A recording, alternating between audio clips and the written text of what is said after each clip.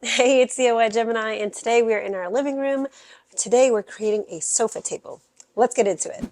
All right, as I said, we are in our living room, and normally when we're eating in front of our TV in the living room, we have our coffee table here, and we're eating with this lift up table, which is great. It works fine when it's just one of us eating, but if there's like multiple people, like if both me and my cousin are eating at the same time, it's a little cramped. Just imagine like, both of us just like on this table. So it's not really great. So I was thinking, since we don't have a large space to put a dining table, I want to build a more skinny, like sofa table to go behind this couch. That would be the length of the couch, essentially, that we could just eat at. We'll have more space, but won't take up too much space in our living room as we have very, very limited space here. I think this should be a simple project, but I say that about every project, and I always end up underestimating how many hiccups we go through. So, yeah, I wanted to match what we have already. So, we're just going to do an industrial style type table with dark wood at the top to match with our TV console that we have already. So, when I was looking online for consoles to go behind a sofa table and searching sofa table, nothing was in the dimensions we need. It was too expensive, not really the style that I really wanted. So decided to build one. Plus, this is a DIY channel, so obviously I'm gonna build one. So I have a plan of where to start. So let's head on over to the restore.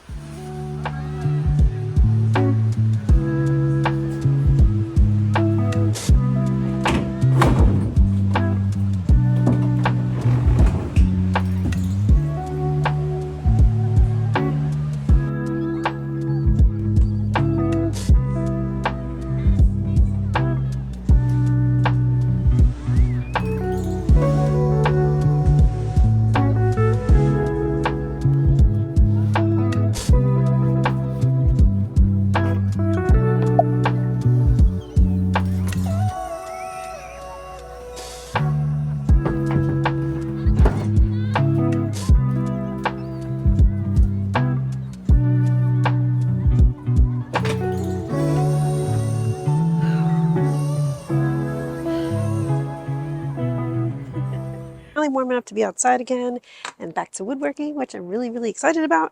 So we have our door. I'm hoping this is solid wood. It's pretty freaking heavy. So it's either solid wood or just pure MDF. So I'm hoping it's solid wood.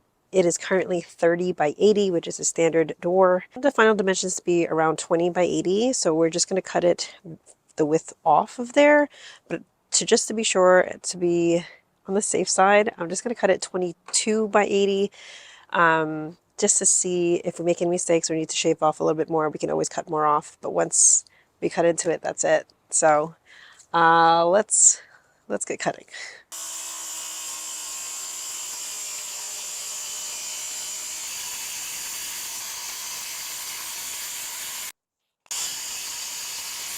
Definitely low-key disappointed that it's not solid wood, especially for the price that I paid for this and how heavy it was. I really thought it was, but I guess like with a lot of newer doors, they do not make solid wood doors anymore because they're just so heavy.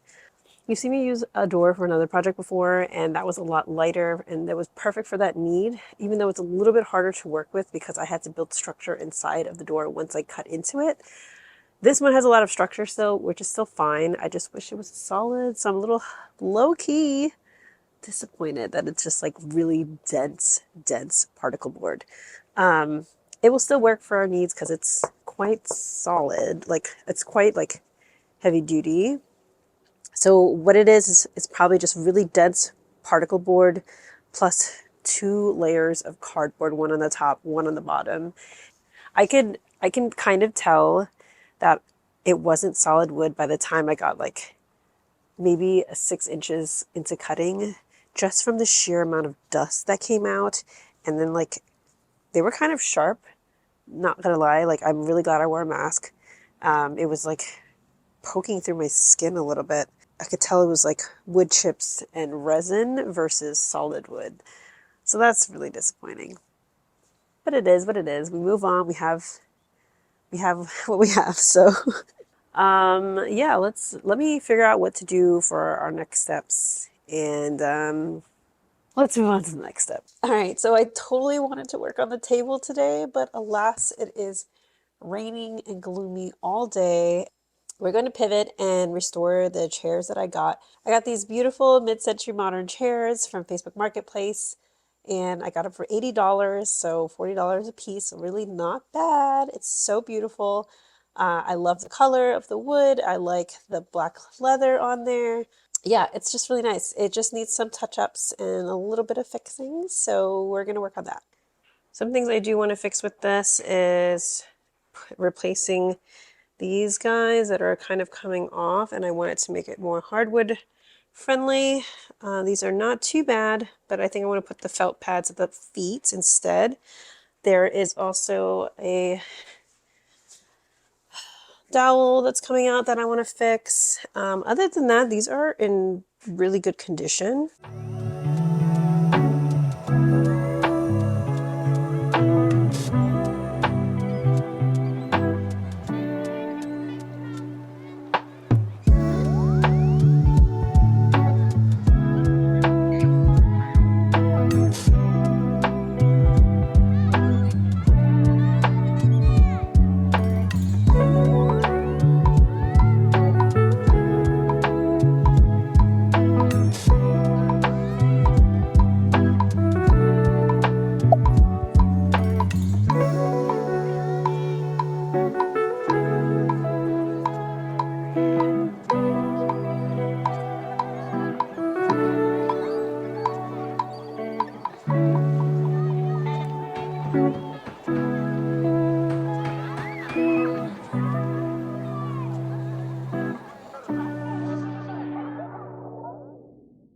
All right, so we added a feet to all of our chair legs, and we also made some adjustments to the chair backing because it was wobbling as I was lifting it around. So I just put some wood glue. They're crimped now, so we'll just wait for that to dry a little bit, and let's go back to our table.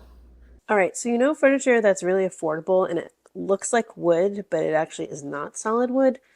Most of that stuff is made out of particle board or MDF, and it's covered by a wood veneer, which is like a wood layer. It's still made out of wood, but it's just like a very thin layer that's put on top, so it looks like the whole thing is made out of solid wood. So veneer is what we're using today, and this is the first time I've ever done veneer. And as you know, this channel, like I'm always learning new techniques, learning new things on the fly, and we're learning together. So if you like that stuff, just don't forget to subscribe and like this video.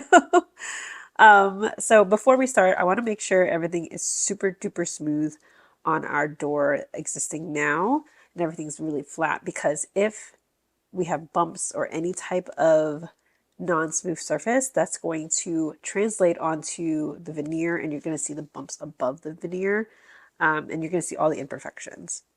So I'm going to do that off camera, and then we can start the veneer.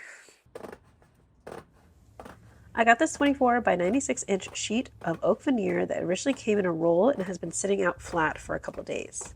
I'll link a couple of the tutorials that I used to help me apply this veneer today. We're also going to be using this contact cement and a brush or roller to apply our veneer.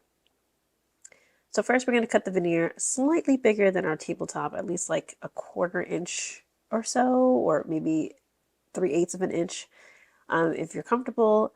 And then we'll cut it to size later on, but make sure we're going to cut this a little bit bigger than what we need for now. And then we're going to flip this around onto the back side now, and let's get ready to attach them. So with our contact cement, we are going to first stir the can really, really well because all the things are all separated. After that it's done, then we'll apply to our tabletop and on the veneer. And we want to cover every single inch of both of these surfaces. They will only stick to each other once we put it on, so we want to make sure every single inch is covered.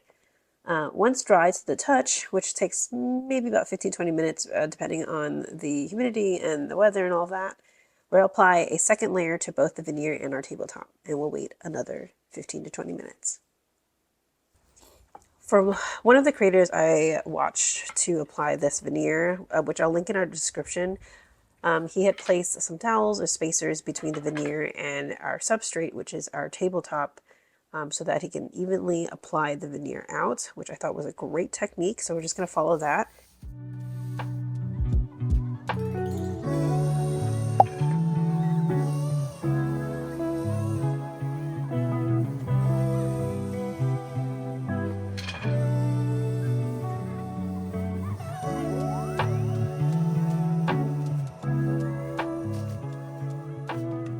And then we'll just smooth it out with our hands first. And then we'll use a piece of scrap wood that I have rounded the edges on. And then we're going to start from the middle and press outward with even pressure and max pressure that we can. And now we'll wait for that to completely dry. And this project is definitely a project of patience and of really trying to take my time, because if anything is rushed, it's going to turn out terrible. I always want to get the thing done, finish that project, and just be like, get it over with so I can be done. And I always end up rushing and always end up having a lot of mistakes. So really, really, really, really trying to be patient with this one, you guys. I'm learning.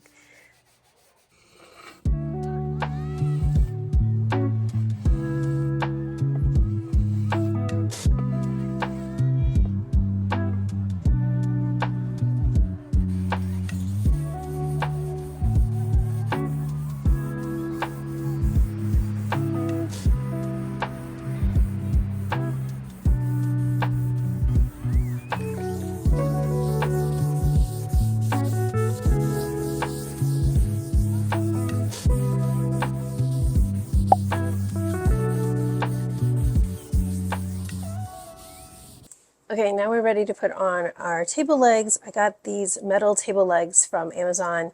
Comes with hardware, comes with some adjustable feet, as well as some felt pads as well to protect your floors. They're really simple, and I'm just going to add these on with the screws on here. I've already measured things out to where they're supposed to go.